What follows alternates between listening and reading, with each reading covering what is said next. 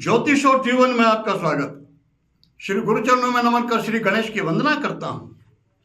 इस चैनल के माध्यम से कई व्यक्ति व्हाट्सएप पर प्रश्न करते पूछते हैं मुझसे, आपसे गुरु दीक्षा लेनी है, आप गुरु दीक्षा देते हैं क्या? आपकी मंत्र दीक्षा की फीस क्या है? गुरु दीक्षा की दक्षिणा क्या है?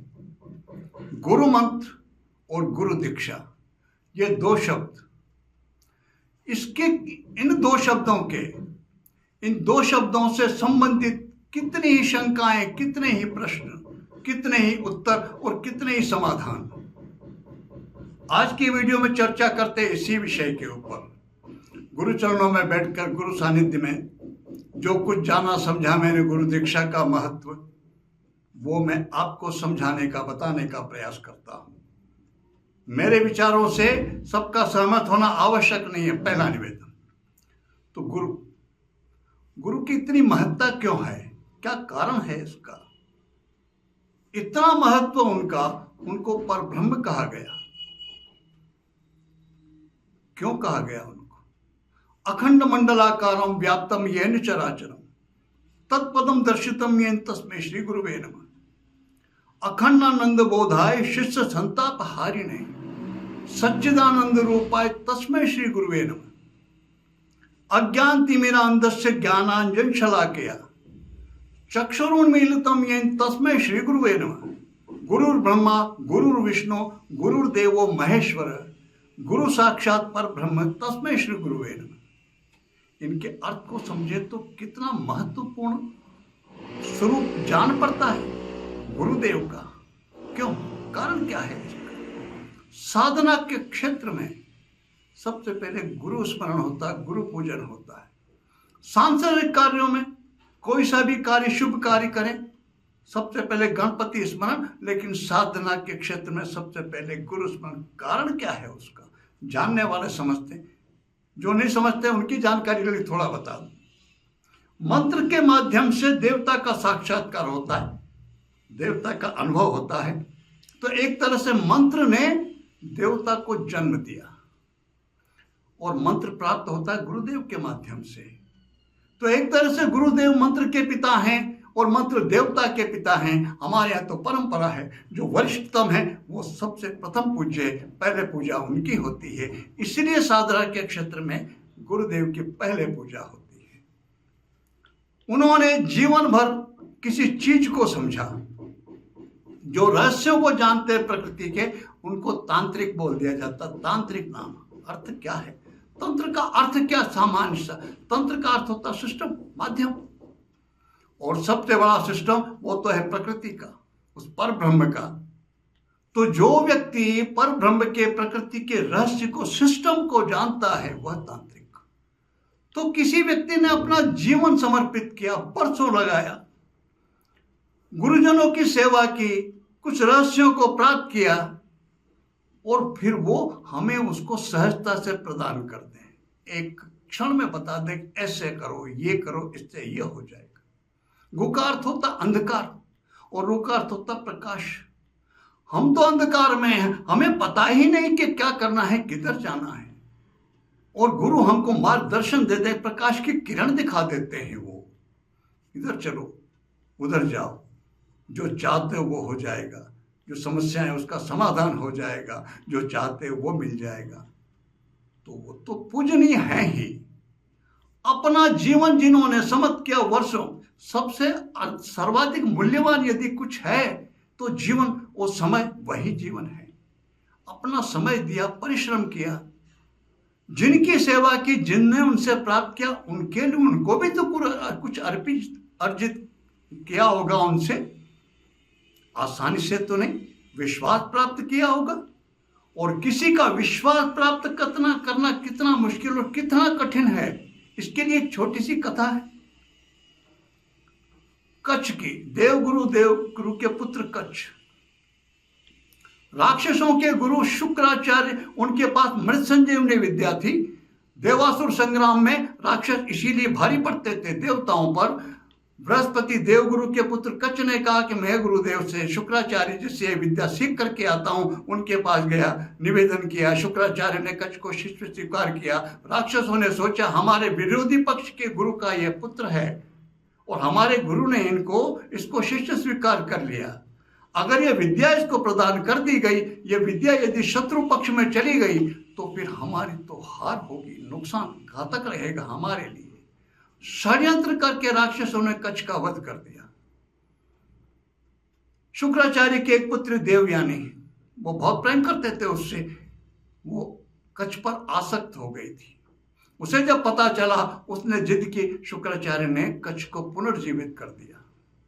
इस तरह की घटनाएं कुछ बार हुई। राक्षस उसको मारते, शुक्राचार्य जीवित कर देते। राक्षसों ने सोचा ऐसा क्या किया जाए कि हमारे गुरुदेव इसको जीवित ना कर पाए।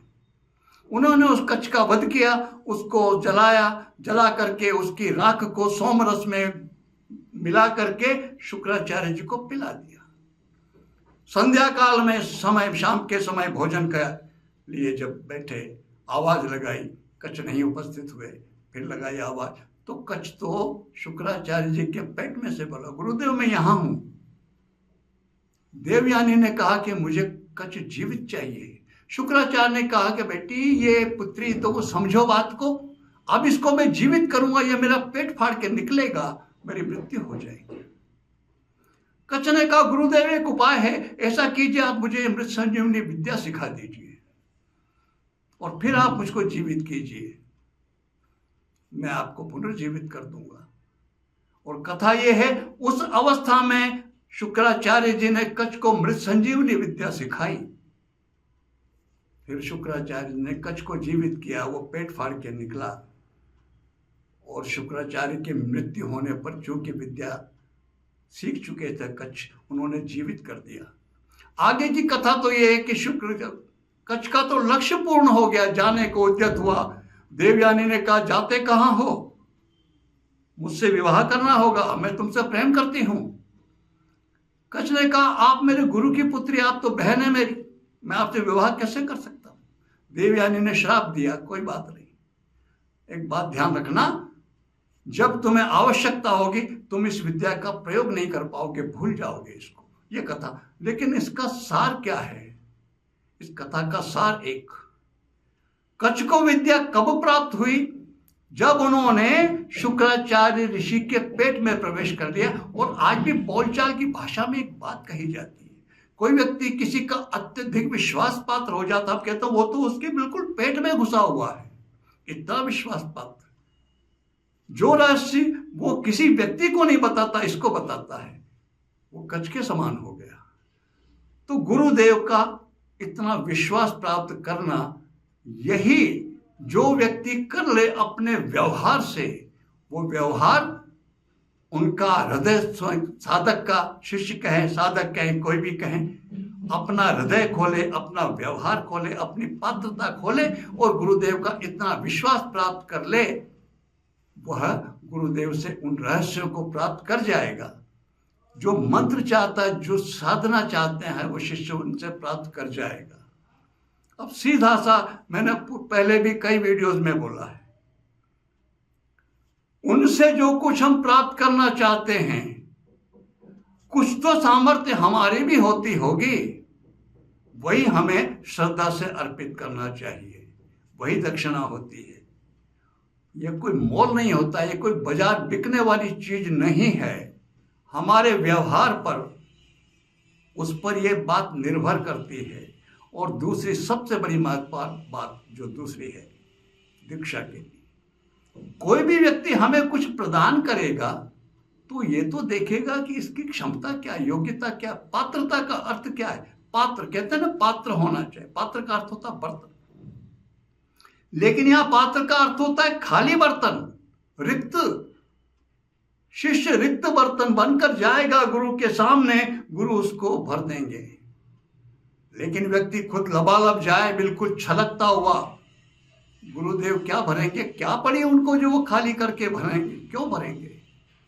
तो गुरुदेव के सामने कभी भी अपने आप को भरा हुआ पात्र साबित करने का प्रयास नहीं करना चाहिए। जो वो कह रहे हैं स्वीकार, गुरुदेव के सानिध्य में, जिन संतों के सानिध्य में बैठने का काम पड़ा, जो कुछ उन्होंने कहा विस्तार से समझने की उन्होंने समझा। लेकिन मैं कहता साहब इस बारे में तो ऐसा कहते हैं, कुछ लोग ऐसा कहते हैं, हमने तो सुना कुछ पंडित ऐसा कहते हैं। फिर क्या होता? कमेंट करते हैं कई बार लोग कई पूछते हैं कि कुछ लोग ऐसा कहते हैं कि ऐसा ये करना चाहिए, वो ना करना चाहिए। कुछ लोग कहते हैं कि इस पूजा करने से ये हो जाता है, कुछ लोग कहते हैं कि शंकर भगवान की पूजा करने से ये हो जाता है। अब कुछ लोगों की संख्या तो करोड़ों में है। अब करोड़ों लोग क्या क्या कह रहे हैं, मुझे उनसे क्या लेना देना, कैसे मैं उत्तर दे पाऊंगा? मैं तो नहीं कह रहा हूँ बात, मैं जो कह रहा हूँ वो मैं बोल रहा हूँ सॉरी, जो मैं कह रहा हूँ वो बोल रहा हूँ, उस पर आपको विश्वास होता हो तो आप कीजिए, वरना जो भी कह रहे, जो लोग कह रहे हैं, जो पंडित जी कह रहे हैं, जो दूसरे कह रहे हैं, कोई चैनल वाले कह रहे हैं, मानिए आप उनको। लेकिन आप कह रहे हो सर लोग ये कहते हैं, वो कहते हैं, क्या होना चाहिए, वो उसका स्पष्टीकरण देना मेरे लिए संभव नहीं है। वो तो किसी के भी लिए संभव नहीं है, कोई भी व्यक्ति नहीं कहेगा सॉरी। इसलिए अगर आपको आपका भाग्य, आप किस्मत वाले भाग्यवान है, कोई सिद्ध संत गुरु मिल जाए आपको कुछ प्रदान करें, तो इस तरह के कुतर्क वितर्क मत करना, नहीं करने चाहिए। करेंगे नुकसान में रहेंगे। इसलिए गुरु से हमें प्राप्त करना है तो उसे समझने की योग्यता तो हमें पूर्व अपने दम पर अर्जित करनी पड़ेगी। एबीसीडी की भी जानकारी हमें नहीं, हम कुछ जानते ही नहीं। हम चाहते हैं जो भी कुछ हो जानकारी एबीसीडी से हमें कुछ सिद्ध गुरु मिलकर सिखाए, ये असंभव, ये नहीं होगा। वो जब देखेंगे ये समझने की क्षमता ही इसमें नहीं, तो वो क्यों बोलने लगे, क्यों सिखाने लगे? वहां तो बात ही जो है कोड में वो बोला और समझ में आनी चाहिए, तो वो एबीसीडी की जानकारी तो हमें हो। मैंने प्रयास किया, इस चैनल पर 450 करीब वीडियो हैं, आप ध्यान से समझें, सीखें और पूरे वीडियो सुने, तो मेरा ऐसा विश्वास है, मैं सोचता हूं मैंने प्रयास यही किया है, यथेष्ट जानकारी हर व्यक्ति को प्राप्त हो जाएगी। और मैं समझता हूं वो बात साधक की दृष्टि पर पड़ती है, वो लगता है कि मैंने कुछ प्राप्त किया, वो श्रद्धा समझने वाले की है, फिर वो किसी को ही माने, किसी के माध्यम से मिले, हमने कुछ प्राप्त किया, बदले में कुछ प्रतिदान तो हमें प्रदान करना ही चाहिए, जो हम श्रद्धा से, जो सामर्थ्य, जैसा हमने प्राप्त किया, लाभ प्राप्त किया है, उसके बदले में भी कुछ प्रतिफल हमें अर्पित करना चाहिए। हमें कुछ मार्गदर्शन मिला है, उसका भी प्रतिदान हमें कुछ प्रदान करना चाहिए। वही गुरु दीक्षा है, वही गुरु दीक्षा है, वही गुरु दीक्षा, वो तभी वो फलित होता है। भगवान शिव को हमने गुरु माना और हमने साधना प्रारंभ की, कृपा हुई भगवान शिव की, वो तो आदि गुरु हैं, तो फिर हमें मंदिर में जाकर के कुछ अर्पित करना चाहिए, महापुजारी जी हैं उनको अर्पित करना चाहिए, वही गुरु दक्षिणा, वही गुरु दीक्षा है। हम अपना मन तो खोले नहीं, हम अपने आप को सुरक्षित बचा के रखना चाहें, हम कुछ दे नहीं, प्रदान नहीं करें, कुछ भी नहीं, और चाहें कि सामने वाले से सब कुछ मिल जाए, हम कृपण बने और सामने वाले सोचें वो तो अपना सब कुछ लुटा दे हम पर, यह असंभव है, ऐसा नहीं हो सकता। और यहां तो सारा खेल ही किसके ऊपर है? विश्वास, भावना और श्रद्धा पर। उनको कुछ नहीं चाहिए होता, लेकिन उनकी भी अपनी आवश्यकताएं तो होती ही हैं, इतना तो वो भी समझते हैं, इतना तो उनका विवेक काम करता ही है, तो समझ जाते हैं कि क्या सामर्थ्य है इस व्यक्ति की, मैं क्या इसको प्रदान कर रहा हूं और ये बदले में क्या सोच रहा है, क्या दे रहा है। और जब मन मिलता है, श्रद्धा से जब कोई व्यक्ति किसी गुरु संत के सामने समर्पित होता है, तो सब बातें स्वतः अपने आप गौण हो जाती हैं, सब कुछ फिर अपने आप लगता। मेरे जीवन में कभी इस तरह की बात ही उत्पन्न नहीं हुई, लेकिन जो कुछ मैं कर सकता था मैंने श्रद्धा से मैंने किया है, अवश्य किया है। मैं ये नहीं कहता कि मैंने तो कुछ नहीं किया साहब, गुरुदेव के ऐसे बहुत से आते हैं कि साहब हमारे गुरु वो तो पैसे के हाथ ही नहीं लगाते हैं, बहुत ऐसे मिलते हैं साहब वो जन्म कुंडली देखा कुछ नहीं लेते, वो तो मुफ्त में देखते हैं। भैया मैं 2500 रुपये लेता हूँ एक जन्म कुंडली विश्लेषण के, मैंने देखता मुफ्त में, जो मुफ्त में देख रहा है उसको दिखाओ, कोई दिक्कत नहीं, मेरा परिश्रम है, मेरी मेहनत है। जिस तरह मैं एनालिसिस करता हूँ, अभी आज के समय में, आज की तारीख में मेरी 25 रुपये फीस है। आपको उचित लगती है, स्वागत है। नहीं लगती है, जो मुफ्त में देख रहा हूँ आ जाओ, कहाँ दिक्कत है। मैं तो कह रहा हूँ कि मेरे पास आने की आवश्यकता नहीं।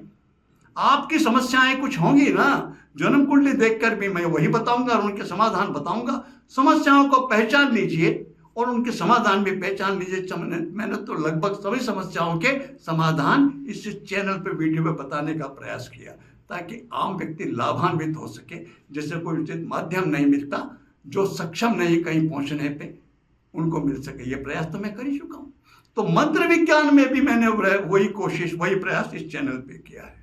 आपकी श्रद्धा यदि बनती है मुझ पर, जैसा आप देखें सैकड़ों हजारों व्यक्ति हैं जिन्होंने इस चैनल को देख करके जुड़े साधना के क्षेत्र से और लाभान्वित हुए, और उन्होंने वो कमेंट कर रखे चैनल पर। आप देखें, जो व्यक्तिगत मेरे संपर्क में, उनकी तो बात ही छोड़ दीजिए। जिनको मैं जानता नहीं, जिनसे मेरा सीधा कोई परिचय नहीं, ऐसे कितने ही व्यक्ति, वो देख सकते हैं आप कमेंट्स पे पढ़े। तो आपकी श्रद्धा, आपकी भावना पर निर्भर करता है। कहीं से भी प्राप्त कीजिए, लेकिन जुड़िए किससे? आध्यात्मिक साधना के क्षेत्र से। स्वावलंबी होना बहुत आवश्यक है, दूसरों पर निर्भर होना उचित नहीं है। मेरी आकांक्षा, मेरी प्रार्थना, आप सबको सिद्ध गुरु की कृपा प्राप्त हो, ईश्वर की कृपा प्राप्त हो, इष्ट की कृपा प्राप्त हो। इसी प्रार्थना के साथ मैं आप सबको नमन करता हूँ। नमस्कार।